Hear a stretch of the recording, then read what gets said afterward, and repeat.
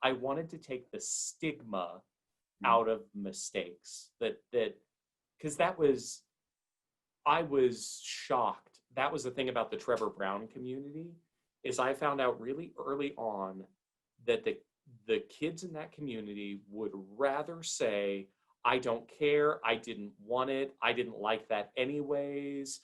They, tryouts for the football team, no, the football team's stupid, I don't want to be there, is far easier than saying, I really wanted it, I tried out, and I didn't make it. Right? I really wanted that solo, I auditioned, and I didn't get it. That's hard. When we send out a survey, finding out how many kids are interested in being in the top ensemble at Trevor Brown, that auditioned mixed choir, almost every kid wants to be there. But when it comes time for signups for auditions, 15% sign up, because the fear of failure was so ingrained in this population. You can't look weak, you can't not be good enough, because that's going to get you ripped apart. And so we had to tackle it head on. How do we get rid of that fear of failure? Welcome to The Choir Baton, a podcast designed to engage with people in stories, ideas, and inspirations stemming from choir. No other art form, no sport, no hobby, no business requires a group of people to execute a communal goal with just their voices. Join me, your host, Beth Philemon, as I interview guests who are singers, teacher conductors, instrumentalists, and community members. Together, we'll ask questions, seek understanding, and share insight from our experiences in life and in choir. Choir Baton, it is my pleasure to welcome my dear friend, colleague, classmate, Mr. Troy Meeker, to the Choir Baton podcast. Welcome, Troy. Hi. And because I know this will make him uncomfortable in a good way, Troy Meeker is the Phoenix Children's Chorus Artistic Director and Conductor of Encore, and he's taught with the organization since 2011. Mr. Meeker is a graduate of Northern Arizona University, where he earned a bachelor's in music education and master's degrees in educational technology and choral conducting while studying under Dr. Edith Copley and Dr. Ryan Holder. Now, he did not do those simultaneously. Thank God. Oh, bless. Yes. Mr. Meeker has taught at the middle, high school, and collegiate levels, most recently as the choir director of Trevor G. Brown High School, a thriving urban choir program, which he helped grow to over 350 singers. He's also served as director of the Church of the Red Rocks Choir and the prestigious Sedona Academy of Chamber Singers. Mr. Meeker is an in-demand presenter and clinician. He's presented at the Western Division and Arizona Choral Directors Association conventions, as well as Arizona Music Educators Convention, on topics ranging from rehearsal techniques to technology integration in the choral classroom. He's served as a clinician as well as a conductor for various honors choirs throughout Arizona. But most importantly, Mr. Meeker enjoys the opportunity to serve. Having served the Arizona choral community in a variety of positions, he's currently the ACDA Men's Choir Repertoire and Resources Chair. He also enjoys mentoring young are you all going to change that to bass choir? Anyways, he also enjoys mentoring young educators, guest lecturing for state universities, providing PD workshops for districts, etc. And he has recently been recognized for his outstanding teaching, winning the O.M. Hartzell Excellence in Teaching Music Award from the Arizona Music Educators Association and the Arts Educator of the Year Award from the Arizona Department of Education. In addition, his choir Encore performed for the AMEA convention in 2020, marking the third performance of ensembles under his direction. In his, air quotes, free time, though he does have it, Mr. Meeker enjoys watching movies, cooking, cycling, and studying karate. I had to put my friend's reference in there, with his son, Grant. His home is in Glendale with his wife, Adrienne, and their 2 children. Now, that's the formal. But if I had to give an informal introduction about my dear friend, I would keep it simple, with saying that he is one of the kindest and most dedicated musicians and people you will ever meet. He hates to be late, and he hates when other people are late. However, no matter his high expectations for other people, the highest expectations he holds for anyone is most importantly himself. Again, at the end of the day, I wrote all this before I even read that. Troy has a heart to help, and that is one of the things that I love most about him, because he became a brother to me during our year overlap in grad school. So, how's that to start off? Terribly embarrassing, but that's okay.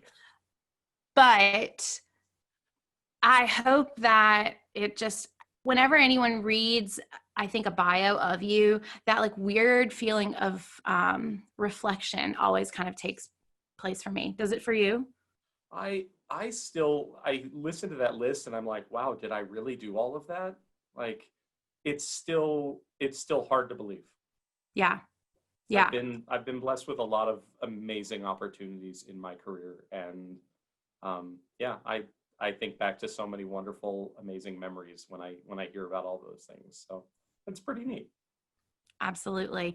Well, Troy, you are in such a unique spot right now, as you have just left the classroom Yeah.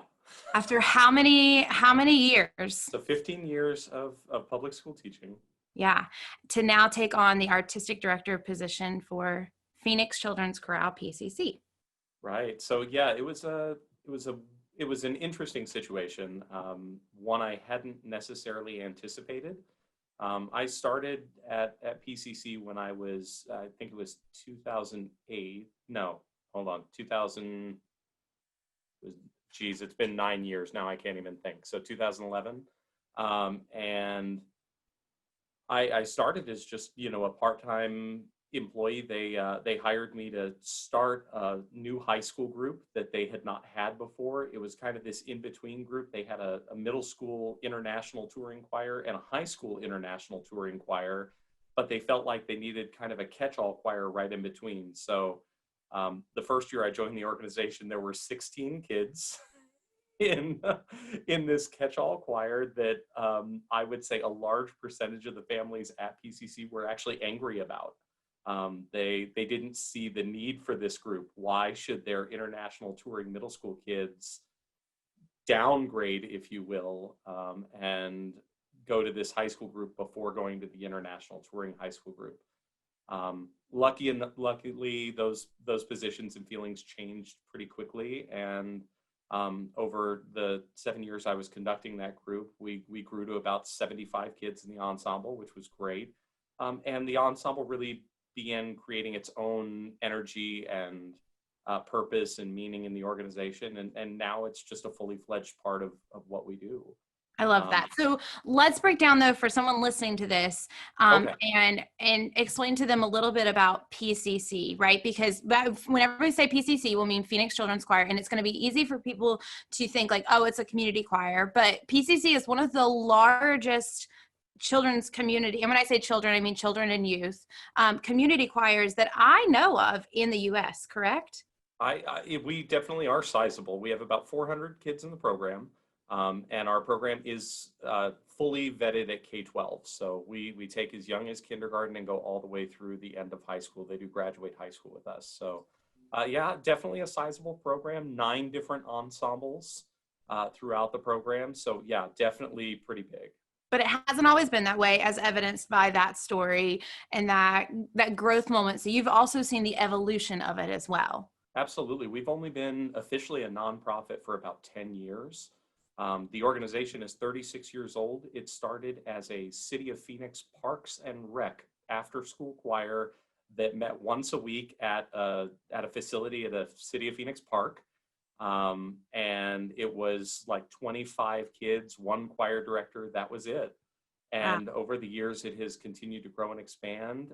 About 10 years ago, they saw the need to officially separate from City of Phoenix and become an independent 501c3, and the rest is history. So, Wow. In the last 2 years, it's just been evident that our continued expansion and growth just didn't support having a part-time artistic director. Right. We are amazingly lucky to have an executive director who, while she knows absolutely nothing about music, I mean, I kid you not, we're still trying to help her to know the difference between a treble clef and a note. So we don't let her do graphics, but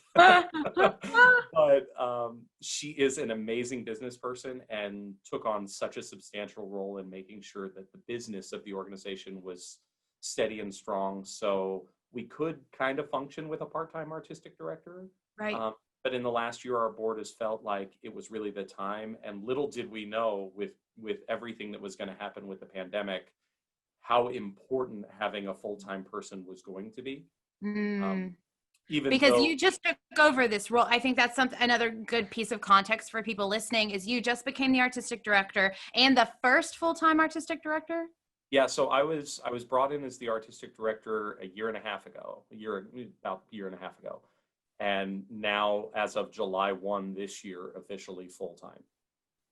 So yeah, it's been a crazy ride. Leaving school was scary. It was kind of funny. I officially resigned my position in March, a week before kind of the roof blew off everything. I measure everything by when Disneyland officially closed. That was like the beginning of, oh man, this is real. Mostly because I had a trip planned to Disneyland a week later. Oh. Right. I know the kids were absolutely heartbroken. It was miserable. But we, I had turned in my resignation and then everything blew up and I went, oh boy. You have that moment of, am I making the right choice here? But right. Luckily over time, I've settled a little bit more with the decision. And, it does now, obviously we're all kind of working from home. That's maybe the new standard right now, but doing that's allowed me a lot more time with my kids and my wife. My kids are thrilled. My wife, maybe not as much. But she lost her solace here at home when the kids were away. Oh boy.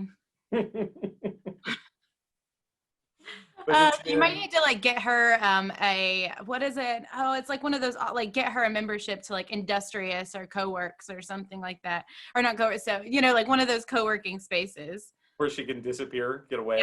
Yeah. Or there needs to actually a rule that I just don't go in her office during the week. I just try and leave her alone. There you go.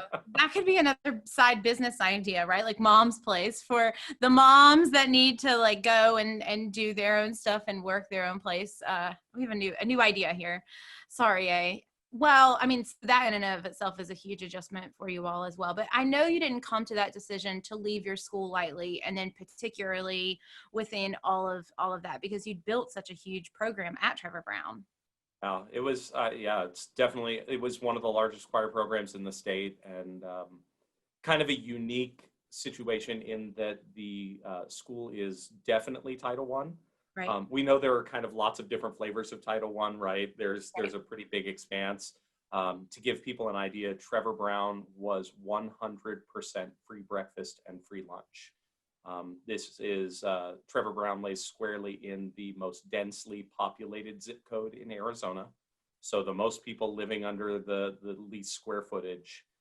It's definitely an area that struggles with low socioeconomic situations, and amazing kids, unbelievable families, really surprisingly great support for the arts. And always a huge support from the community for our program.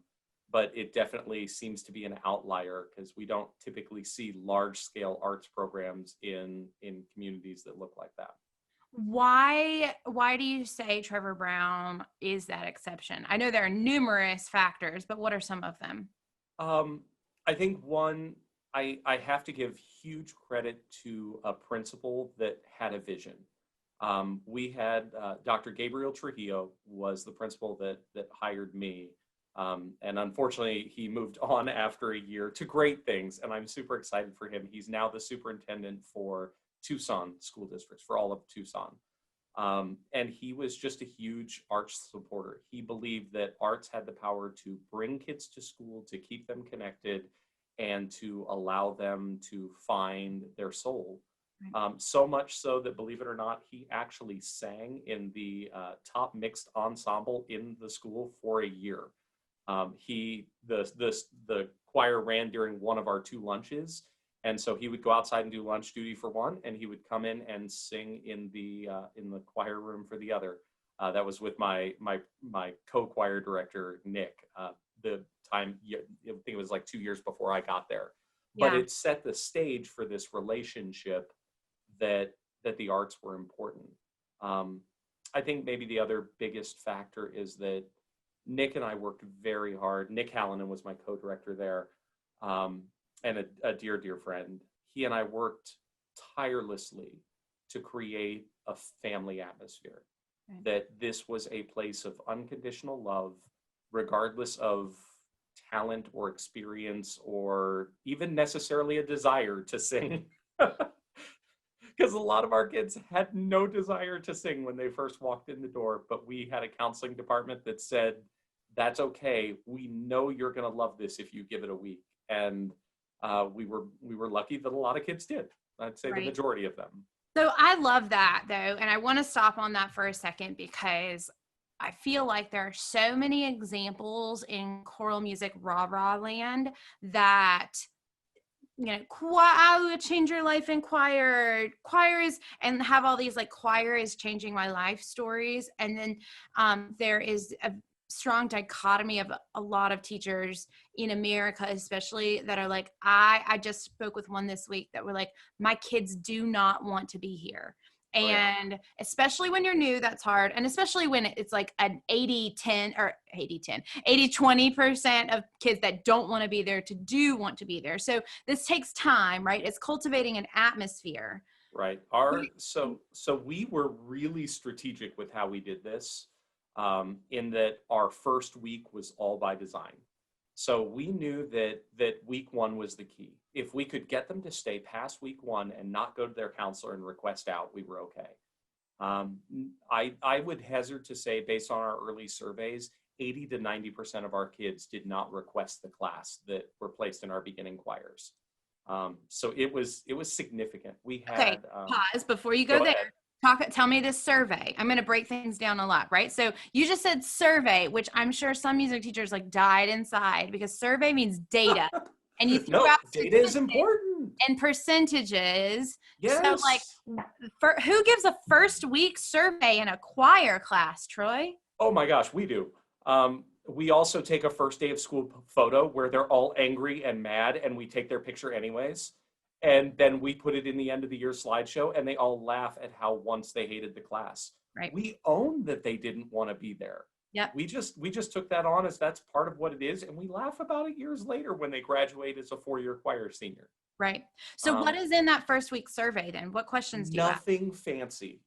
Really, so it's a nameless, totally anonymous survey. And when I say survey, don't think we got fancy. This was like a quarter sheet of paper that we gave out on day 1 that just said, you know, it was like, what's the level of your desire of wanting to be here? Like, how did you end up in this class? My counselor put me here. I don't want to be here. I'm going to change my schedule today. Or I actually really like to sing and I thought this would be fun. The large majority of kids were, I'm changing the schedule today. And we just had to convince them not to. Right. So yeah, people are going now. They're like, "What did you do? What voodoo magic did you instill?" And I know some of it is cookies. Yes, cookies. It's all about the cookies. So the first day of school, we always did fresh baked chocolate chip cookies. Sorry if the post-COVID world isn't allowed to do this. I know. Or like some schools won't let you bring in student prepared. That has to be store-bought, but still. You can find your thing. Right, exactly. This actually all generated out of my co-teacher's life experience. So Nick, as a kid, his mom used to make him first day of school chocolate chip cookies. And every day at the end of the first day of school, he would come home and get chocolate chip cookies. He was scared to go to kindergarten, and his mom basically bribed him with cookies, and then the tradition stuck. But he always told this really sweet story of how all through high school and even into college, when he met his girlfriend, who is now his wife, they used to make first day of school cookies together.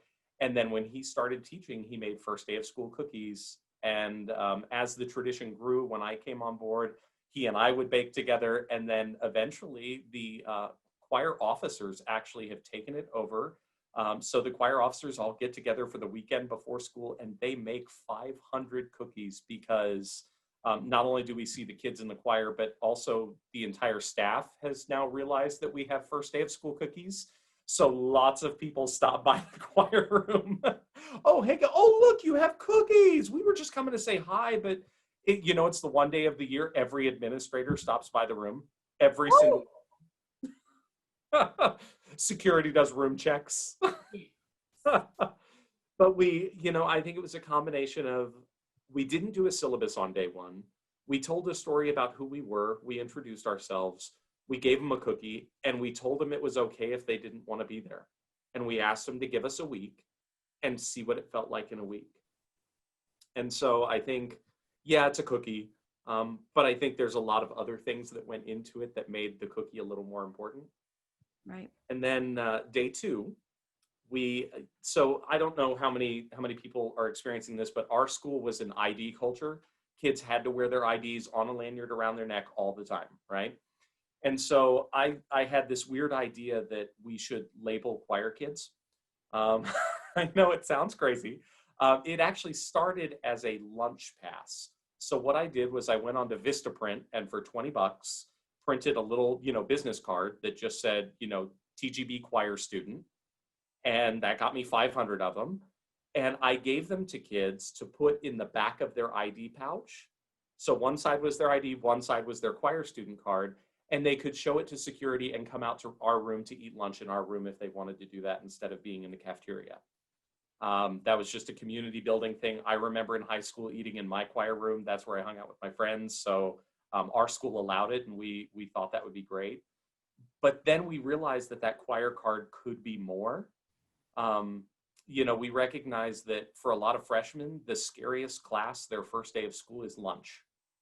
They don't know where to sit or who to sit with or who to interact with. There's that really scary social moment. So, in that first week when everything's really scary, we gave them all the choir cards and said, well, look for somebody with a choir card. We would tell, hey, you see somebody cute who's got a choir card? There's your opening. Oh, you're in choir too? So am I. That's awesome. Right?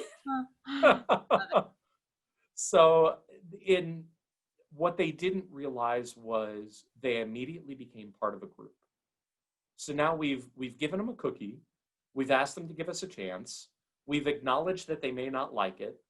Now we've started to build them in as, we've actually labeled them as part of the group. And then the third day of school, they come to class and I stand at the door with a giant bag of candy, whatever was on sale, right?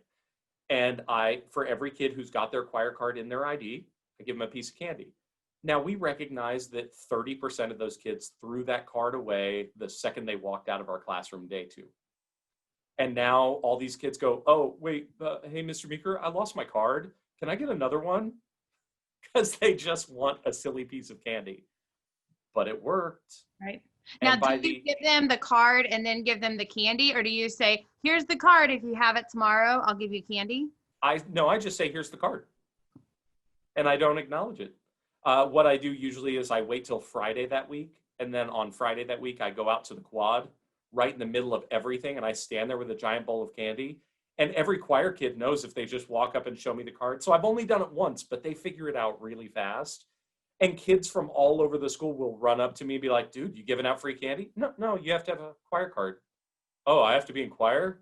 Oh, but it plants that seed. Right. You never know, And yeah. I can't tell you how many kids ran up to me and then went, oh, well, I wanted to be in choir, but I didn't get the class and I don't know what to do.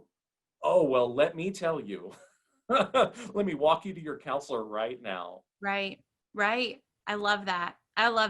That intentionality, sequencing, reinforcement is so massive. Yeah, it was definitely, and then, in class, it's less paperwork, more singing. Right. And not even singing the first couple of days because singing is scary and personal. So it's a lot of chanting and clapping. And as you well know, we are both lovers of Carol Kruger. So there is lots of rhythmic patching and feeling pulse and engaging music in different ways that isn't singing. Right. Because the singing part was scary for them. Yeah. So we needed to build trust before we could do that. Right. Right.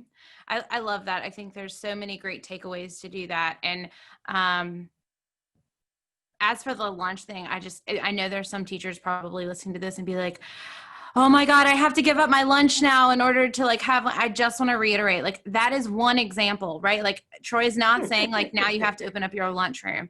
For me, I was very overstimulated by the time lunch came around, and I Right. needed that 30 minutes of like solace to sit.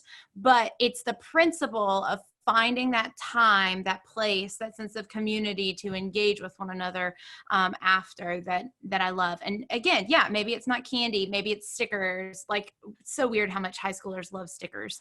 Gosh, you are not kidding. Stickers are huge.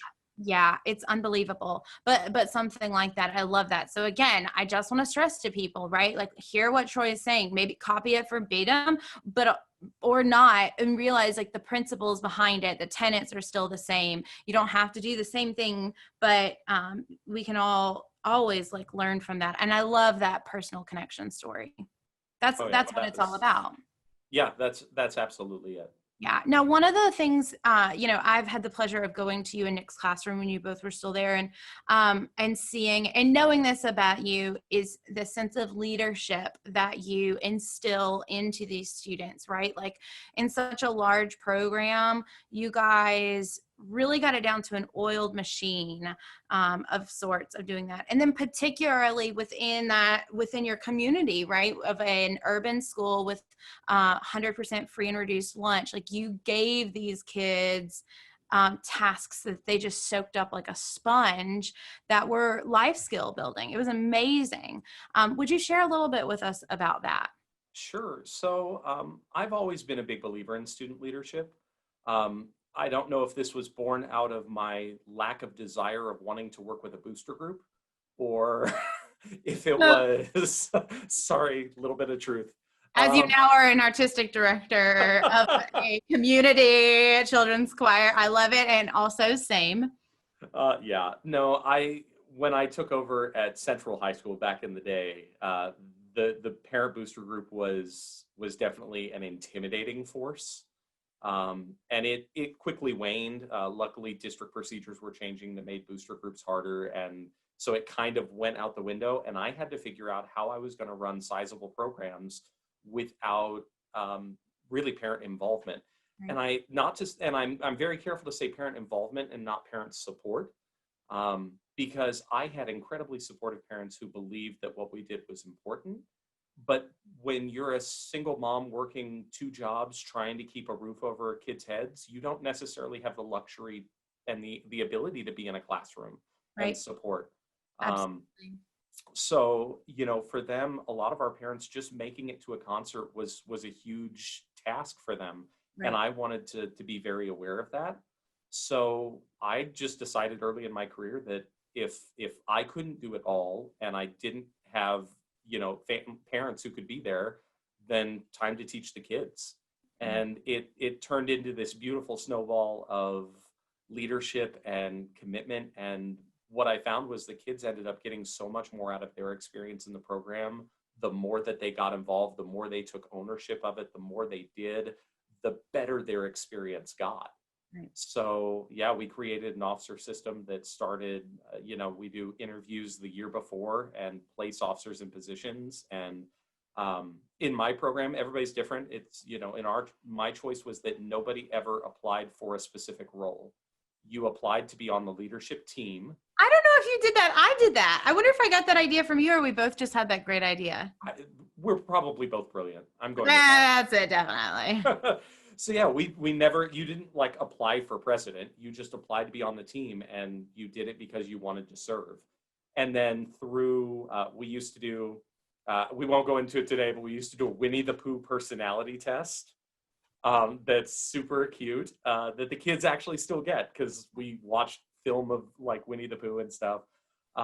And through the personality assessments and the kids assessing their own abilities and desires and skill sets, we determined what position they could serve the choir best in. And, I never had somebody quit because they didn't get the role they wanted. I definitely had some people who were concerned about where they landed. Right. But part of leadership is being willing to try things even if you're not sure. And they would end up jumping on it. And I never had a kid fail, which was just amazing. They all supported each other and pushed each other. That's not to say that I didn't have officers who had to resign positions because life got hard and things got in the way, but nobody ever failed at their job. Right. That's a pretty awesome thing. I love that. Yeah, it's amazing to see that student involvement. But, you know, as choir directors, and I also know you and you know me, so it's pot calling the kettle black here. Like, we are also control freaks, right? So yes. How so type A. Listen, y'all. Woo, buddy. I've got a binder to explain how type A I really am. It's amazing. Yes. How then do you balance giving stuff up? One, I had to understand that if one of my kids did it, it probably wouldn't be to the same standard or level. I shouldn't say that. It may not be how I did it, how I would have done it.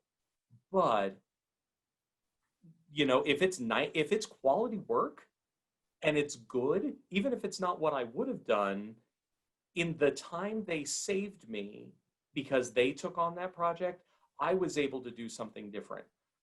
This was a big thing my choir officers and I used to talk about, is that on a given day, my role as a choir director is to do everything from preparing the room and making sure the room is clean and ready and feels good, throwing away trash that ends up under the risers, because my Lord, there's always stuff under the risers, no matter how often you clean. Yep. It's like stuff that gets in your couch, even if you never sit on it. Right? Yes. So it's, you know, I can range from anywhere from literally picking up trash in the hallway and in my classroom, all the way up to curriculum planning the next great, rhythmic lesson that we're going to do. So where do you want me working? Do you want me working at the top, where I'm planning this amazing best level experience for where this choir program could go, thinking vision and direction and curriculum and God forbid we actually have time to score prep, right? I mean, I could do all of those things, or I could be sorting and stapling papers. Right. And so what our choir council did was they took on any task that they felt they could do that would take it off my plate, so that I could work at doing different things. Right. Now, did you assign that, or did they kind of look and then pick it up? And I'm sure it's a progression. It is a progression. Oh my gosh, it took years for this to really be in place. But truly, I think it's both. Right. At the beginning, they needed to be told. At the beginning, they needed to be handheld and spoon-fed, and here's exactly what you're going to do and how you're going to do it. And it's a huge time investment up front. But in the end, I mean, my last couple of years at Trevor Brown, I had only been there 5 years. By year 3, I had choir officers that would walk up to me and say, hey, Mr. Meeker, next week on Tuesday, we're doing a fundraiser day. Just so you know, you're not teaching that day. We are running this activity. We're doing this. We're going to do mock sales interviews. We're going to do, we've got all this stuff planned, so you can take care of whatever you need to do that day. We've got all the classes covered. Somebody will be in every class. It's taken care of. And I went, well, okay. Right. And that's another big part, is I had to be, I talk about giving my students permission, is if they follow the purpose, if they stay within their parameters, then they have permission to do whatever they feel is best for the choir program. I love that. Really important things, because then they can truly take ownership.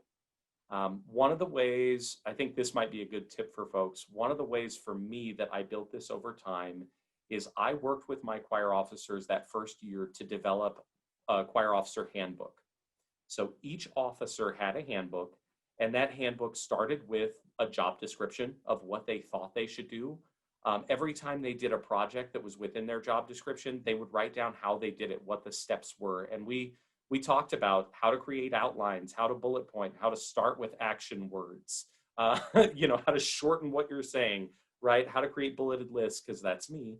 And what happens is now that officer handbook every year is taken and handed to the officer the next year, who then edits and creates and recreates and then adds stuff, takes stuff out, and then it's passed down. We actually did the same thing for our student teachers.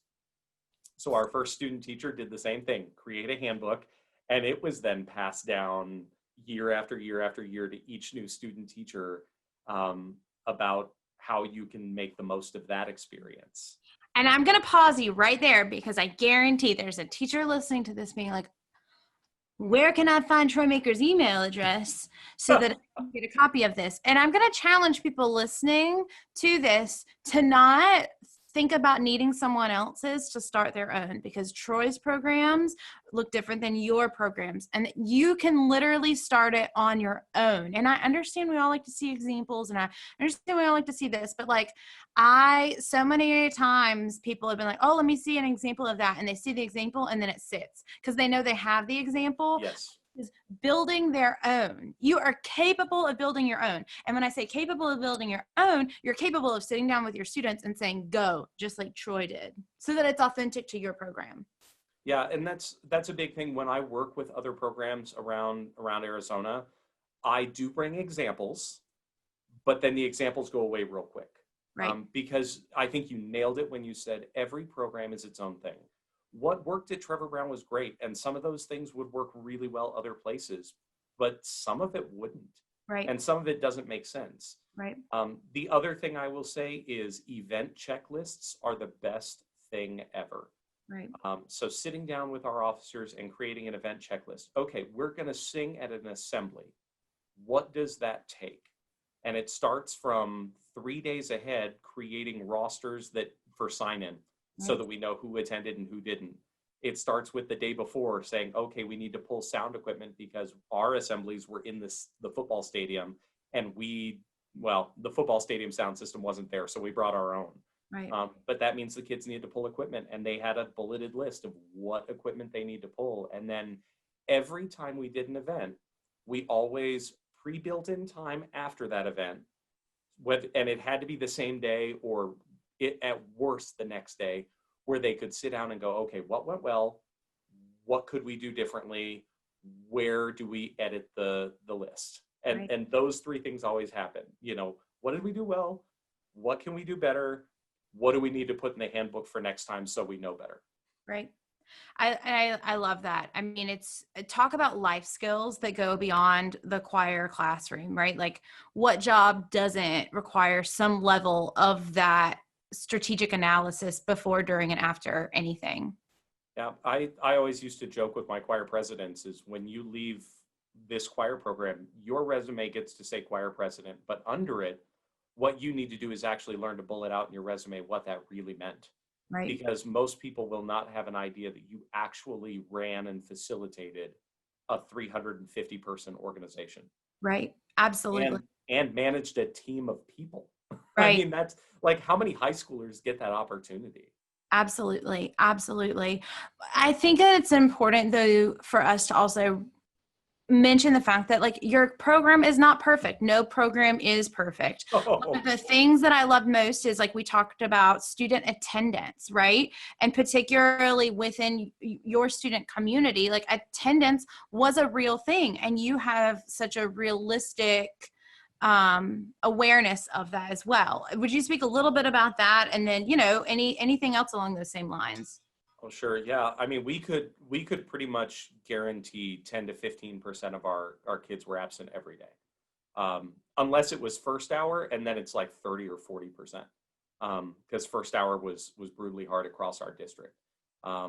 We have a district of, I want to say, my math might be wrong, but it's like 19,000 students.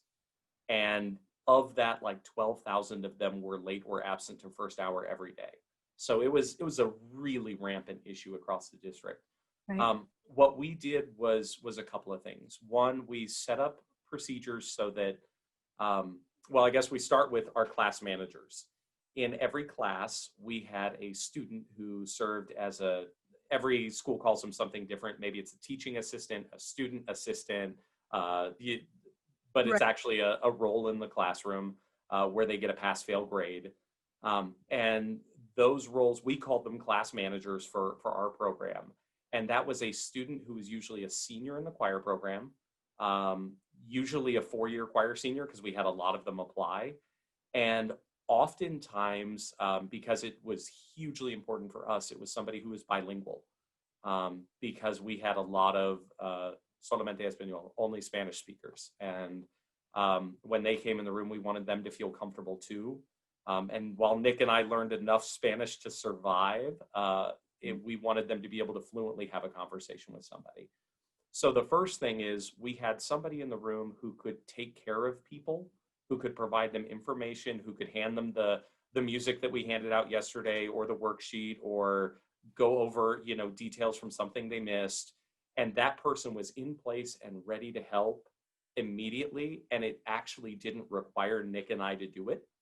And believe it or not, kids were a lot more willing to go up to the class manager and say, I have no idea what I'm doing, help me, than they were to say it to their teacher.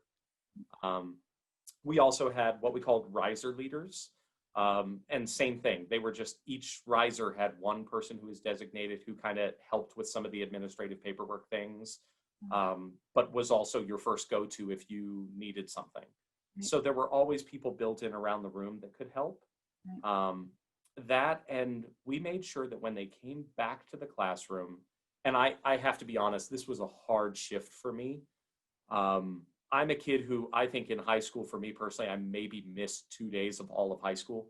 Like, I was never my parents just made it clear that being in school was a priority unless I was physically unable to get out of bed.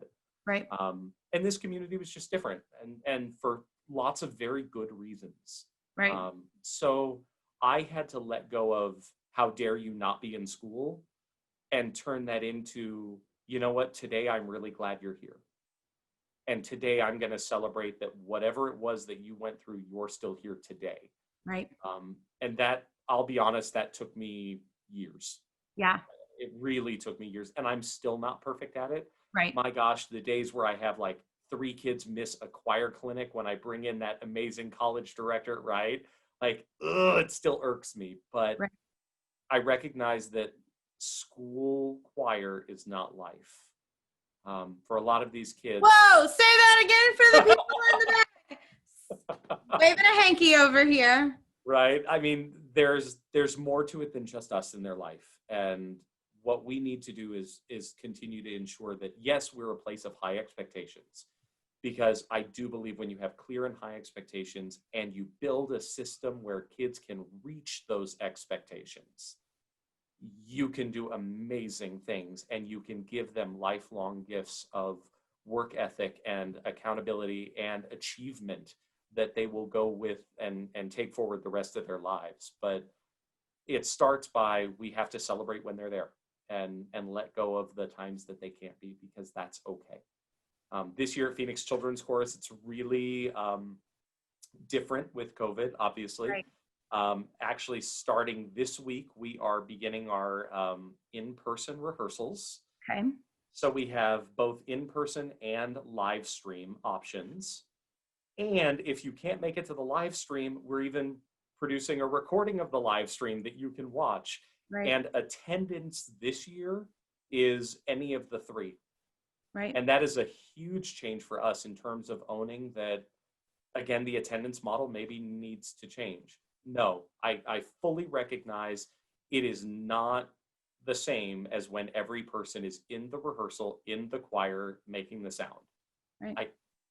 No argument, it's not the same. But right now, I think it's important that every kid has access and is comfortable and safe. Mm-hmm. And if being comfortable and safe means they need to be home right now and we'll see them in a couple months, awesome. Right. And we'll see them when they get there, and we'll provide a great experience in between. Right. Yeah. I mean, and those are 2 big, very different like shifts and settings, right? But I get, and I think that's the same thing there. And it's hard. I think attendance is different.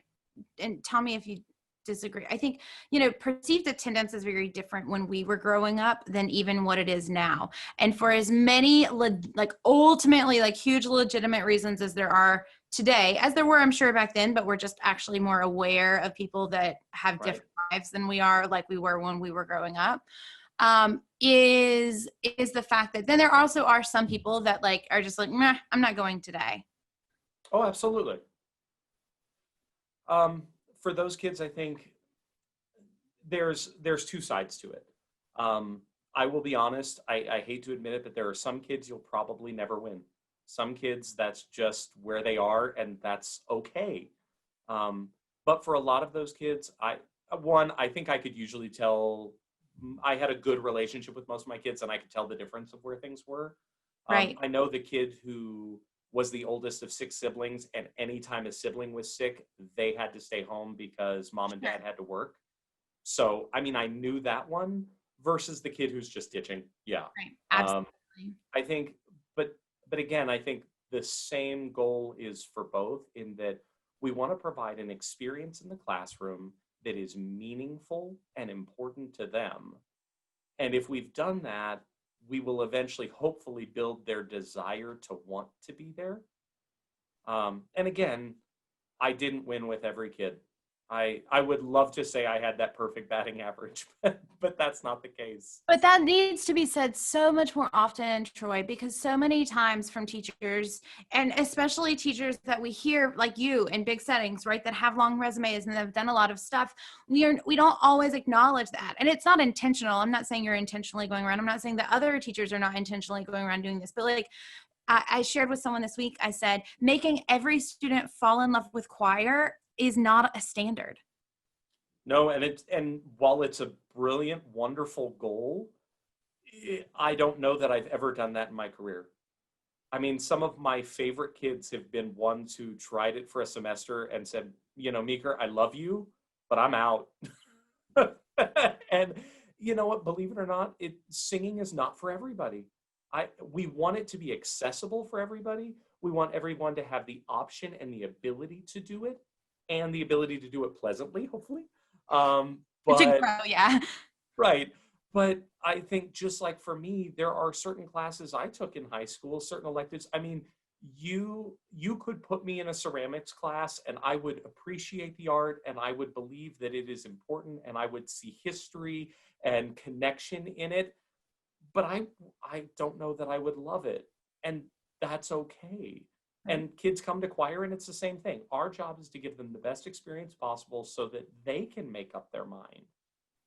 Hopefully we engage them in a way that they become supporters of the arts for the rest of their life, even if they're not engaged in it. That's a huge piece. Now, as I am with you 5,000% running circles with a hanky here, but as someone that also knows you and also knows my heart and knows the heart of many other choir teachers, knowing that and then not letting that go to our head and heart as to still letting it weigh, like I could have done this, I should have done that. How do you let go of that? I don't. That's, you know me. Well, I was, that's what I really wanted to know. Oh no, that's the absolute truth. I could, I still remember, I think back to when I was teaching at NAU during grad school and the first round of student evaluations came in, right? 65 guys, 66 guys in men's choir. I get, 50 evaluations because of course not everybody does it. And all of them rave about how wonderful their experience is. I couldn't tell you what a single one of those said, but the one that didn't, I will never forget. I can't let go of it. It sits with me. It haunts me. And every kid that I've had that chose to drop choir, especially the ones who were in it for a year or 2 years, or my last year at Trevor Brown, I had one who dropped out the second semester of her senior year.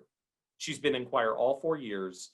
And in December, she comes to me and says, I don't want to be in choir anymore. Oh, and I tried, you try all the things. Give it a shot. Come back for, one of my favorite lines is come back for a week. And if at the end of the week, you really decide you don't want to be there, I'll let it go. Like, I'll help you get out. Because one, normally at the end of the week, they forget. Or two, by the end of the week, counseling is stop taking schedule change requests. Sorry, not Sorry, No, what? Sorry. I was going to say, like, I'm so stoked y'all even got to do scheduling changes that first week. We never got that. So that's amazing. Oh yeah, no, for us it was like the kids had the first 5 days to request everything and then no. Yeah, that's amazing. So, and then they had to stop because by then they had to move kids. Right. But yeah, no, we don't let them go. But we have to let them leave when they're ready, because keeping a kid in the room who doesn't want to be there is going to be toxic. I mean, yes, in some situations it's different. There are some that can just sit there quietly and brood and be mad, but eventually, I always said one of the best recruiters for our program is what the kids say when they walk out the door. When a kid has a great day in choir, the first thing they do is they go out. Usually they leave the room singing, number one. Two, they walk out and they tell their friends how awesome a day they had in choir. Yeah. But man, when they had a hard day in choir, when I got on them, when I ripped them because they weren't prepared or they didn't meet the standard, they go right out to their friends and they tell them, I had a hard day in choir. Right. So it's, yeah, that experience, what those kids see day to day, how they feel when they leave the room. I know it shouldn't be our responsibility to necessarily make them feel good with our subject, but it does go a long way in terms of recruiting. Right. Now, this being said, I need to make sure, just so I'm being clear, I am not fluffy. Like, I love my kids, I love my choir, and I am a tough teacher with extremely high expectations and relentless expectations for work ethic. But that goes back to my personal introduction of you that says has high expectations for others, but most of all for himself, because that is true. And that then lies into the high expectations that you have of yourself. Why do you think that is? How deep are we going today? I tried to, this has been incredibly strategic, so go for it. Oh yeah, well, that one's deep. Because as a kid in school, I never felt like I was good enough. Just generally speaking, I don't know that I always connected. I did all the things. I played sports, I played football, I did music. I was very engaged in school, but I definitely wasn't one of the kids who was part of the in crowd. And I felt like I didn't live up to the expectation of what my peers expected me to be. So I worked really hard to live up to the expectations of what my teachers wanted me to be and what my parents wanted me to be. And I felt like I could make up for anything that I wasn't naturally gifted at by working my butt off until I got there. I know you've heard me say it, so I might as well say it now. I never in my life have I felt like I was the best musician in the room. And I say this with all sincerity and seriousness, even in the classroom. I might be the most experienced musician in the room, but I guarantee when I stand in front of a room of 60 kids, there are 5 in there that are outright better musicians than me. They just haven't had my experience yet. And so I continue to work and I continue to grow and build and learn and drive to be the best that I can be, maybe to stand up and finally be okay with me being at the level I want to be at. But yeah, work ethic and integrity are probably my 2 biggest things. Is follow through on what you say you're going to do and get it done. Yeah. Do you ever think you'll be at that level though that you want to be? No. Yeah. Because everything I learned, the bar gets higher. Which is daunting and exciting all at the same level. The older I get, I'm creeping up near that 4.0 this year. I know, yeah, but the more I learn, the more I see, the more I realize that I will never come close to knowing everything I want to know or being as good as I want to be. But I'm still driven to be the best I can be so that I can be the best servant for my kids. Right. And I think that's maybe the greater goal, is as long as I continue to serve with the best that I know how, I think I've done my job pretty well. Do you ever sit back and look at examples and be like, I know that I did my best there? Or do you sometimes find yourself looking at examples and being like, I know I did really good, but I could have done even better there? Oh, that's so me, right? That's, yeah. I'm very much I walk away and go, okay, now let me make a list of how I could do it better. Right. Which it can serve us incredibly well, right? It helps us continue to grow and drive and look better and never, but then also if we're not careful, it can also spin us in an exhausting. Yes. You can't let it eat you. And that's the thing. It can become, exactly, it can become overwhelming. Right. For me, luckily, I don't mind taking challenges head on, and I don't mind the work of it. So for me, it's just the next goal. And that's how I personally deal with it. Right. But I know for different personalities, for different people, that's not the way they can work. And the hardest thing is for me remembering this when I'm working with my kids, is that just because I value work ethic to that degree doesn't mean a 14-year-old kid in my class does. Right. But maybe what they value is the praise every time they reach that achievement milestone. Right. You know, I jokingly talk about a few years ago at Phoenix Children's Chorus, I had a December concert. You know, we go through the whole fall semester, working. We get to the December concert, we get off the stage, I'm backstage with the kids, and they said, "So Meeker, how'd we do?" And I said, "Yeah, it was okay." And all the kids just went nuts because it was probably the nicest thing I had said that semester. And I went, oh, I don't want to be that guy. So I'm still working to find the balance for me as a teacher to make sure that it's not always yes, but because I do a lot of that. I mean, we as choir teachers, I think we all do. We have those moments where it's like, okay, that was the best you have sung that so far. Now, if we can just clean up that rhythm, get the vowels, get those consonants just before the beat, if we can really get that vowel in the sleeve, now we can move forward on nailing this piece. And that's why we're horrible to each other. That's why we can be horrible to each other, is because oh God, we're terrible sometimes. I want my first 5 years back when I was a horrible critic of everybody I heard. I was terrible. Yeah, I was so highly critical and never realizing where that choir came from or what the growth was or what they did, simply judging them by what was on the stage. And if there is one thing I teach young teachers, that's so much of it. Like, don't be judgy. You never know where things are happening. If you want to find out, go in a classroom and see what's happening. Right. Go live the life, go walk the walk, because everybody's experience is so different. Right. Yeah, it's huge. And the work is, we as a community of teachers need to focus on building each other up as much as we do our kids. And it took me years. I still have my moments of jealousy where I see that other children's choir does that, and I go, I wish I would have thought of that. Oh, that's such a good idea. But instead, what I need to do is just celebrate, wow, how great for them that they came up with that. Okay, now let's go back to it. Just because somebody else achieves doesn't mean you're diminished.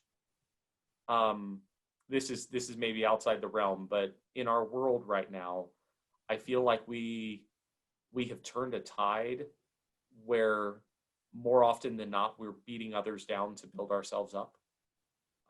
You go to high school football games now, and I challenge you to listen. I would be willing to bet in most high school football games, booing for the other team is louder than the cheers for your own team. So many leadership examples where the way we show our leadership and our ability is by saying how we're better than the other person. Instead, I would like to see us as educators and frankly, our world as people, celebrate your successes, show who you are, be proud of what you do, and do it independently of comparing it to others. Right. Yes, use others as goals and as models, hold them up and see people that you want to aspire to be like, but don't let it turn to jealousy or petty judging or the other things. Right. And I say this wholly as a person who is still working to do that. Well, I think that's something we really learned in grad school and had to really work through. I can't think of a more incubator type setting where that is more real. Oh, absolutely. Where you feel constantly compared to the person next to you. And not because we didn't. I mean, we had an amazing teacher who I don't think targeted it that way. She didn't make it competitive in the room, but we did. That's because We all wanted to be the one who got the good compliment. We all wanted to be the one who got the there were opportunity. compliments in grad school. I missed those. Sorry. I couldn't resist. There were only 3. No, yeah. No, it's yeah, I think that's and we bring that. And I think it's part of our nature as teachers of music, especially. Our job is to listen to something, pick apart what happened, identify exactly how to target and make it better, and then go to work and make it better. Well, that analytic mind doesn't turn off when you, I mean, it's hard to, at least for me, it's hard to turn it off when I go hear another choir. You know, I'm sitting there thinking, okay, how could I do this better? How can I help them? How can I, and it's coming from a good place. I just need to make sure that that internal monologue of me processing doesn't become an external monologue. Right. Right. I firmly believe that for the rest of my career, what I want to do is be a person who builds up every other educator I come in contact with, because I firmly believe that the large majority of music educators out there are doing the best job that they can with the best heart, with all the things that they are experiencing and their challenges. But I really do believe most teachers are giving it their all and doing their best. And who am I to say that that isn't good enough? Right. So instead, I'm gonna be a supporter, and I'm gonna be somebody who builds and somebody who always offers to serve when I can. Well, I mean, I can think of no then greater leadway into than how you are doing that now through PCC. And we're shifting this role on a multitude of levels, right? Like, first and foremost, also the type of kids that you're teaching every single day, predominantly. And I know there's sponsorship activities, but like, Right. being a student at PCC is a sign of luxury, because someone is taking you there, because you have that time to spend, because there is money, because of this, that, and the other, right? So it's a totally opposite end of the spectrum to students that you've worked with at Trevor Brown and even at Central, right? Central. Oh yeah, Central's Title I as well. Right. So all of my public school teaching experience was Right. what we would call inner city. So then how, I mean, right. So how many, that's a hard mental reckoning, I feel like, first and foremost, right? It is, it's different. I'm grateful that I connect well with the mission of PCC, which is to support all kids, not kids of one particular color, not kids of one particular socioeconomic status, not kids of one gender, not kids of one sexual orientation. It doesn't matter who you are. If you want to sing, we love you, we want you. Yes, as you mentioned, there are absolutely scholarship and different opportunities. About 27% of our students currently receive some type of financial aid.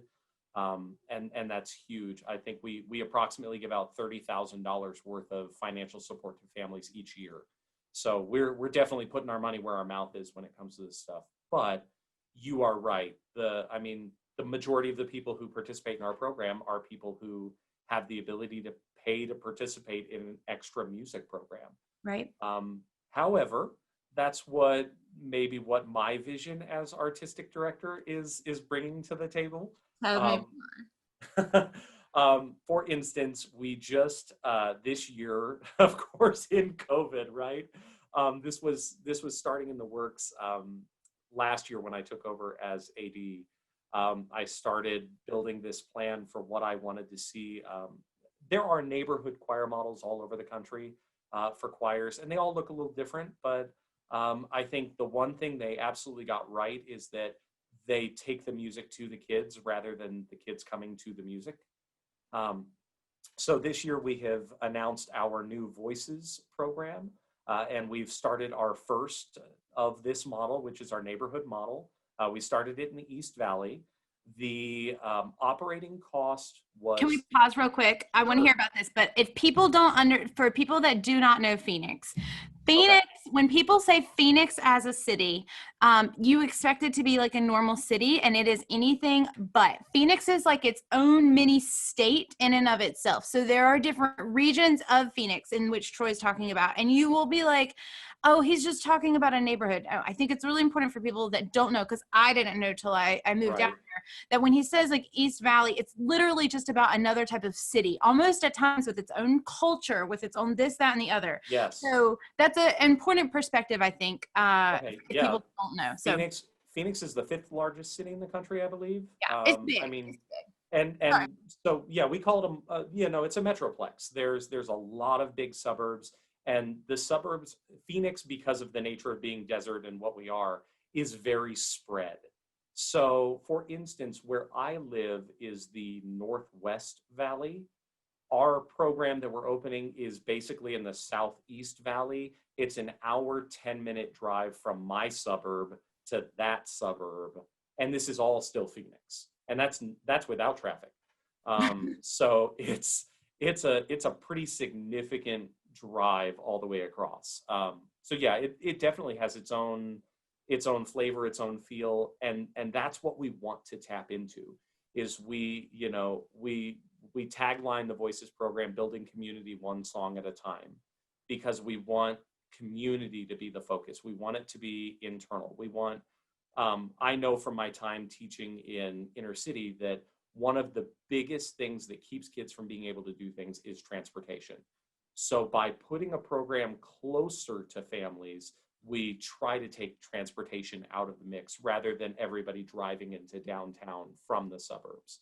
So by placing this program there, and the program is half the tuition cost with all of the quality. So they're still getting the curriculum, they're still getting the quality teachers, they're still getting the quality experiences. We're just doing everything on a slightly smaller scale and keeping it within the community. So performances, the goal is that the performances are within 3 square miles of wherever the rehearsal facility is. That we're going to keep everything super tight, super close, and really build the excitement and energy and become part of that community. And then hopefully in the next couple of years, we will open more of these neighborhood choirs throughout the valley so that we take the music to kids. One of my favorite things is we do have a hard number where we hit our fixed cost, and it's not that big a number of kids. And then after that, I have a world of options that I can provide full free scholarship participation. I mean, really at that point, I've got the cost of music and the cost of a t-shirt. So, once we hit fixed cost, we can really provide some huge opportunities in the community and make music accessible for any kid who wants to walk in the door. And that's a huge part of my heart and what I want. And I mean, don't get me wrong, it's not going to change the quality. And I think this is a thing that so many people in this field, it's just different. Every kid can learn to do this. And sure, some don't have as much experience as others, but that's my job. My job is to close that gap. My job is to teach them how. My job is to help build them and show them the skills that they need in order to do it great and to light that fire so that they want to. The other big change that we've had recently that I'm really excited about is we know that the research is out there that about age 10, music aptitude is locked in for the rest of your life. So not saying you can't learn more, but that's the width of your highway is pretty set by age 10. So we have now opened up our K4 program to be non-auditioned. Our K through 4, there is a place for every child in our music program. No audition needed, just sign up and come in, and we're going to give you a great experience and show you what music can do in your life. Do you find that word, though, audition, for the older groups is already a barrier just by nomenclature? Of course. I'm trying to shift it a little more towards the word placement, Right. because I think that's actually a little bit more accurate. Of course, there is a recognition. I mean, I hate to say it, we are a once-a-week program. Right. And when you're a once-a-week program that really is judged by your performance and not by your music education, there becomes this dichotomy of you have to find this standard, and we're still trying to figure out what the vision is long-term for my belief that every child should sing and what the organization is going to continue to do. Right. I think we have done a great job of providing opportunities for almost every child who walks in the door. Right. Yes, it is an audition program, and there are kids we turn away. Right. And I don't love that. But any kid that we don't accept, we always provide direct and very specific feedback for what they could do in order to come back. We even go as far as we'll waive registration fees if they come back and do a second audition. We give them the feedback, and if we've got resources that we can connect them with, we absolutely will. I think that's huge though, it's a balance, right? Because we want everyone to sing, but then also, I mean, if you aren't good enough on a certain level, you're not good enough. So it's a hard balance. And we also have to legitimize ourselves as an art form as well. And we can't go rah-rahing around because it's just hard. It's a mix. Well, and we need to serve every child. I mean, in our program, we've got kids who have never sung before in their life walk in the door because they love to do it and they want to try out. And then I've got, the choir I teach is a 10th, 11th, 12th grade choir. It is the International Touring Ensemble. Right. And this is a room full of kids who have been doing music in a formal, trained way, usually for many, many years. A lot of these kids have spent 7, 8, 9, 10 years in our program. Right. They need to have the experience that's going to push them and challenge them. Right. And if you were to put a musician in the room who has never done it before, they would be lost. And that wouldn't be positive for them either. Right. So we need to find a way to find a place for every child who wants to sing. And I think that's what our neighborhood model is hopefully going to be able to do, is start to provide, our neighborhood model is starting K-9. So there's a good age range where it's definitely a little bit less pressure. It's a little less commitment than our main program. Right. And again, half the cost, which is pretty nice for families. But hopefully that now this was my goal, was we're offering different sides of Phoenix Children's Chorus and offering different opportunities so that every child has the chance. For the same reason, I talked about earlier, Bravo Choir, the choir that I was brought in to start, was the catch-all choir. Because, when you're in a treble voice international touring choir and your voice changes in 6th grade or 7th grade, and you're not really emotionally or, psychologically ready to be dumped into a high school group. Yeah. What happened in our program before that was they were just told, we'll see you in a year. And how heartbreaking to be asked to leave because your voice changed, because that's going to happen. So, it is literally going to, yeah. Right. Absolutely. So having a choir where you could, it was focused on that 9th grade-ish age. Right. So an 8th grade boy, 7th grade boy whose voice has changed, great. They can move there and still feel comfortable and confident, and we can be there with them through that voice change and not say you don't have value now simply because something happened to your voice. Right. So the organization's worked on trying to open those doors, and I think we'll continue to do that as we grow. And I think important things for people listening to this that maybe are in that beginning stages of a community choir, or maybe they're just even conceptually, like mindfully building one in their brains or wanting to do one, is that you didn't go about this process in 1 year, right? Like this is a 10 plus year thing, a trajectory. It is slow. It is ugly as it's growing. But I think that's one thing that we can learn as choralpreneurs, I love that word, but because that's what you are doing, is that it's starting within a niche and then slowly growing that niche tactically with a mission always involved. But so many times people don't start because they're afraid to start. It's scary, and you want it to be good. You want it to be quality. And for somebody like me, people are judging you. Yeah. For somebody like me who's so type A, it was funny. I was actually just talking to my board president the other day about this, that I walked in the door as artistic director, and part of my job is to have the vision. Well, maybe I almost had too much. I had so many things. Have too much vision. That's shocking to me. So many things that I want to accomplish, and you can't do them in a year. I would corrupt, the organization would implode if we tried to do everything that's in my head. So instead, what I do is I work with a phenomenal team of educators, and we prioritize and we strategize and we do crazy things like look at data, and I really hate to say it, we look at budgets, ew. I'm getting better at them, but ew. And we take all of that information and then we create strategic 5 and 10-year plans of how we're going to get there. And then my goal is to do it in 2 years, not 5. And then a pandemic hit. Well, and boy, did that change the world. But for us, it was, so when everything went crazy in March, our answer to this was to stay connected to our kids. There wasn't going to be a quick solution for music making. There wasn't going to be, what we needed to do was take care of our kids because we are first and foremost teachers.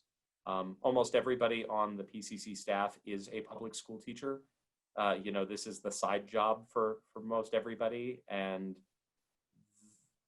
we know the kids had to come first. So whether it was, creating the senior 2020 signs that we snuck around in the middle of the night and put in all of our seniors' front yards so that they got some acknowledgement and some recognition of how important they were, or completely converting our awards night from being a formal auditorium, very, very structured evening, very, very, right in the character of how honored they should feel. We shifted and we did a drive-in movie awards night in a drive-in movie theater where our families got to pull in their cars. Whose idea was? Oh, that was totally my wife's idea.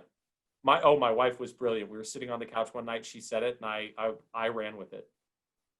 I love it. But it created an opportunity for everyone to just connect and be together, even safely in distance in their own cars. And even as we move forward, continuing to recognize that some families need a live stream option, that everybody comes to this from a different place. And I mean, I just got off the phone the other day with a grandmother who's raising her granddaughter who loves to sing and wants to be there desperately, but they're very scared because of their age and their health of what that would look like for them. And I don't want to look at a kid and say, well, you can't sing. So we're going to find those ways. And I hate to say it, our organization has been financially strong for a number of years. And, again, great work from our executive director to make that happen. And this year we are fully planning that we will lose money. I don't know that there's any way around it. I hate to say that you're going to lose money, not that you've been so well grounded, right? Is that this year it's going to happen. I mean, and frankly, all arts organizations around the country are in the fight of their lives right now to continue and to pivot. I am getting so tired of words like pivot and evolve and innovate. But we have to find new ways and we have to find new connections. And I mean, if that's what's, and you're a big sports fan too, right? Like if the NBA can do that, if the, Major League Baseball team, I think we always get so fired up about being like, why won't people treat us like sports? Why won't people treat us like sports? Right. And then realize that like, they're not living in a vacuum, but then also realizing, I saw something on the news today. I mean, they're cutting a lot of non-basketball and football sports programs as well. So we also can't die on our sword. This is a thing that is happening to golf teams, baseball teams, which I know people in Arizona don't understand, but do you know what I mean? Like we literally have to, because everyone is. Right. And I think one of the best things we can do, once I got out of my funk of, well, it can't be what it was for now. One of the things I really started to look at is what are the things I'm learning right now that I can keep?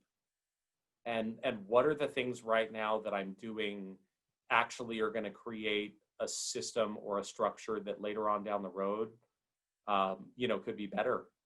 And that's been a big thing, as a new AD, I'm spending all my time going, how do we do this? And why do we do it that way? Right. And in that analysis and that constant evaluation of all of our processes, it's funny because right now we're having to kind of recreate everything, but what a wonderful opportunity to also have change without having everyone freak out, because everyone knows change is going to happen right now. my pastor at church recently told me, we were in a conversation about some stuff, and he said, people are only really okay with change when it happens the way they want it, when they want it. Other than that, nobody likes change. And man, those were brilliant words. Because it's true. No, I don't like change. But I recognize that right now we maybe need some. Right. And what a wonderful opportunity to look for the next great thing. Do you find that this is placing even more ownership on the singers? Absolutely. I mean, and I think, again, a lot of it has to do with how you're structuring. That's what a lot of teachers, at least that I work with, are talking to me about how they're struggling, is they're finding out their students don't have the ability to be successful independently. And of course, that comes back to, a big piece of what you and I believe in terms of music literacy and the value and the importance of creating the independent musician. That yes, it's time consuming, but it's the, at least in my opinion, it's the right way to go. Because then the kids walk away with, I mean, I would rather have my kids walk away with the ability to learn how to sing a song, any song, than remember the songs I taught them.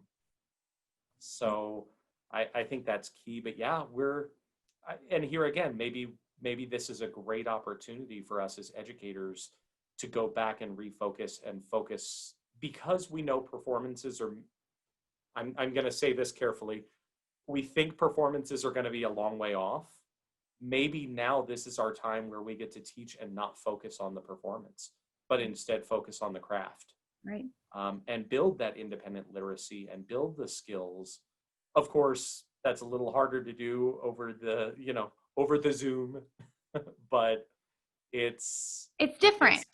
In some ways, I don't think it's harder. Now, granted, I'm not like full-time in the classroom this semester to be able to say like verbatim. I do think though it's different, and we give so many times students cues, right, of what we want them to do without realizing that this brings up. But I'm also excited for the data that we can gather. And I'm like with you, I've always been afraid of that word as a music educator. Oh, absolutely. But I think this is a huge opportunity for us to gather that, because how many singers do we have through high school and then they don't continue singing? Because when you get into a community choir setting, you're in that one time a week rehearsal and you're expected to learn everything else on your own, but we haven't taught them how to live in that environment. And now in a sense, they kind of are having to. Yeah, no, absolutely. I think the challenge is, teachers right now are expected to, one, innovate and create and try to figure all these things out, but then also do it within the confines of whatever their district is telling them they have to do. It's like you spend all summer figuring out how to make Zoom work perfectly, and then you find out your district's using WebEx. Right. So I think teachers are going to feel real challenges right now.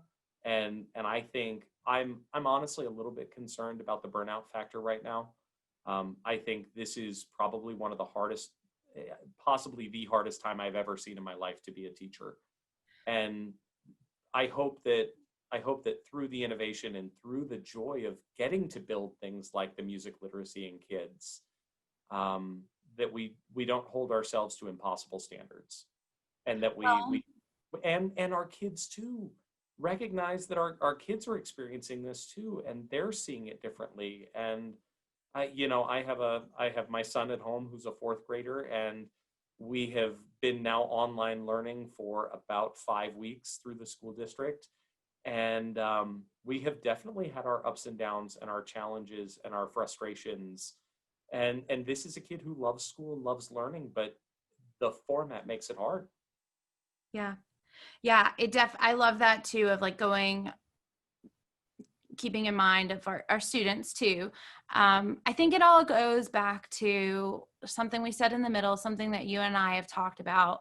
And that is the fact that while we sing because of the music, and while we sing because there's nothing like, as everyone keeps saying, that collective breath with a downbeat, and that feeling of just like lock in and everything. Like some of my best singing experiences have been in like raw, untuned, untrained singers, like just singing for this, but then also with incredibly trained singers as well. We sing to be a part of something that's greater than ourselves, because at the end of the day, we all fear that we are not good enough in and of ourselves, right? Like that's what you were so vulnerable and shared with us.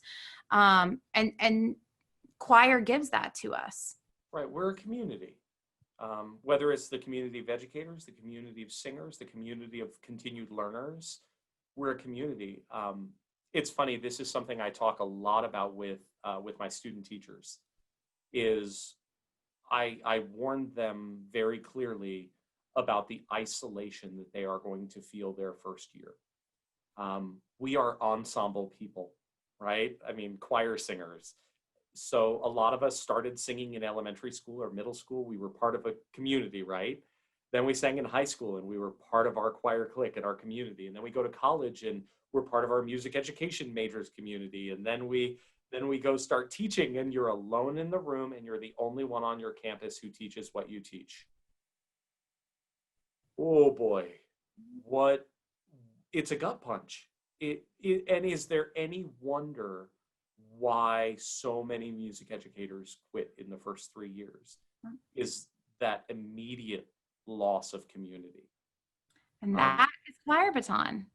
Right, and that's why things like choir baton, and this is so important, that people have the ability to connect, to know that you don't have to be perfect, you don't have to have all the answers, even if you're in your second year of teaching and you're supposed to have all the answers by year 2.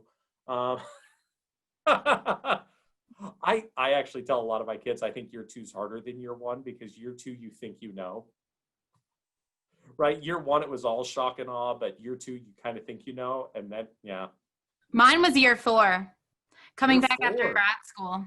Because I was at Oh, a new school, and I thought like I was ready, and then I realized it was a new school, entirely different than what I'd ever taught in. I was literally the only music teacher, and it was like, oh my God. yep. Oh, that It can happen at definitely have any those point moments. almost. Yeah. Oh no, absolutely. But it's okay, and it's okay to reach out. It's okay to say you don't know. It's okay to ask for help. All of those things are, I mean, my gosh, we tell our kids every day it's okay to make mistakes. Mistakes are how you learn. Yet we never allow ourselves the ability to make mistakes. I'm going to say that one more time for yourself so you remember. I I knew you were going to call me on it as soon as I said it. But it's the truth, right? We expect ourselves to be perfect, but our kids can make all the mistakes they want. Well, I told you about our Million Mistakes Crusade, right? No. Oh, years ago, this was one of our like big goals for the year at Trevor Brown, was we were going to make 1,000,000 mistakes. We didn't count the wins. We counted all the times we screwed it up. And like, I gave a cue and none of the sopranos came in. It's like, 24 mistakes, count them. And we literally kept a tally trying to reach 1,000,000 mistakes, because I wanted to take the stigma out of mistakes, because I was shocked. That was the thing about the Trevor Brown community, is I found out really early on that the kids in that community would rather say, I don't care, I didn't want it, I didn't like that anyways. They, tryouts for the football team, no, the football team's stupid, I don't want to be there, is far easier than saying, I really wanted it, I tried out and I didn't make it. Right? I really wanted that solo, I auditioned and I didn't get it. That's hard. We found that, again, you do the data, you do the surveys. When we send out a survey, finding out how many kids are interested in being in the top ensemble at Trevor Brown, that auditioned mixed choir, almost every kid wants to be there. But when it comes time for signups for auditions, 15% sign up, because the fear of failure was so ingrained in this population. You can't look weak, you can't not be good enough, because that's going to get you ripped apart. And so we had to tackle it head on. How do we get rid of that fear of failure? Do you not think it pervades just that community, but really the world we live in today? Well, I think teenagers just in general are probably, because their lives are so recorded and microscoped and shown on social media, right? We all know that social media is not real. Social media is what you want to put out there, right? What you choose to share. It's not necessarily an exact representation unless you choose it to be.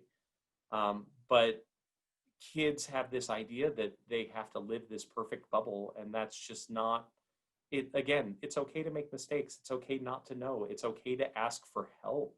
Right. Um, But I think yeah. we still feel that way too, not even as a teenager. It's just pervaded itself in a different way than kids did, right? But for us, it was not wanting to let our teachers down. It was not wanting to let our parents down. It was not wanting other classmates to think we weren't to that level that they were or we wanted to be. I mean, I think it's a culture. It looks different at times and sounds different, but it's, again, it leads into that fear of failure. No, absolutely. The fear of failure can be debilitating or it can be inspiring. It all depends on how you want to take it. I've never found the fear of failure inspiring, although I guess unless it's like someone else that thinks I'm going to fail. And then I'm like, bring it. I'll show you. Case in point, hey, Troy, I have this cool thing called like choir baton. And I think it's going to be like this collaborative choir thing and like maybe Instagram, social media, maybe a podcast. All right, Beth, sure. Yeah, sounds good. I didn't say it was bad. But also I will own that I just didn't, that was so outside my realm. You were thinking so far beyond what I could see in the future. And I hope you know exactly how proud I am of you and how grateful I am that you ignored what other people didn't see as being something amazing and that you saw it in yourself and you kept going, because having this and being able to reach teachers across the country and provide them the support and the love and the caring and some tips and tricks and skills and everything you're doing, I think has just been absolutely amazing. Well, thank you. I will, I was not saying that for all of that, but to give a real world, like friend example, right? And no, absolutely. Yeah. Because. Well, and recognize that, everybody approaches, I mean, I'm super pessimistic. I tend not to be the one that walks out going, yeah, we're going to do it. I'm the one who goes, okay, let's put the work in and see what happens.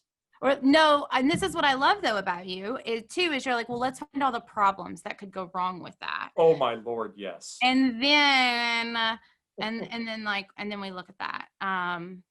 But I think that's also the beauty of our friendship and growing together as people and as friends, because the Troy Meeker I knew and met in 2013 is incredibly different than the Troy Meeker I know today. And you would say the same for me, I'm sure, as well. Absolutely. Yeah. Absolutely. Yeah. I again lean on that fear of failure and how I think it's been really cool to see you grow through that fear of failure within this time span of our friendship as well. Yeah, it definitely, for me, I'm trying to use it as a motivation. Right. Being afraid to fail keeps me working hard. And I don't think that's a bad thing. Right. I just, me, and there are days where it goes to the other side. Right. And it goes to that place where you almost become paralyzed because you're so worried about what could happen that you don't. And that's when it becomes a negative thing. I just want to thank you for vulnerably sharing that, because I've experienced that. And I know people that we will never know have experienced that too. And to hear you say that is really powerful. So thank you. Oh, no, absolutely. It happens to all of us, but it's not the thing we share on our Insta story. Right. That's not the one you put out there. Right. Today, I was scared that I was going to not be successful. Right. No, we share the picture of us at convention going, yay. Yeah, absolutely. Well, and that is the beauty of like engaging with people face to face, even through Zoom, right? Even though it's past, but it's breaking things down and saying like, this is where I'm struggling. It's being real and letting those walls come down. That's where the beauty happens. That's where that community happens. And it's really powerful. Absolutely. Yeah.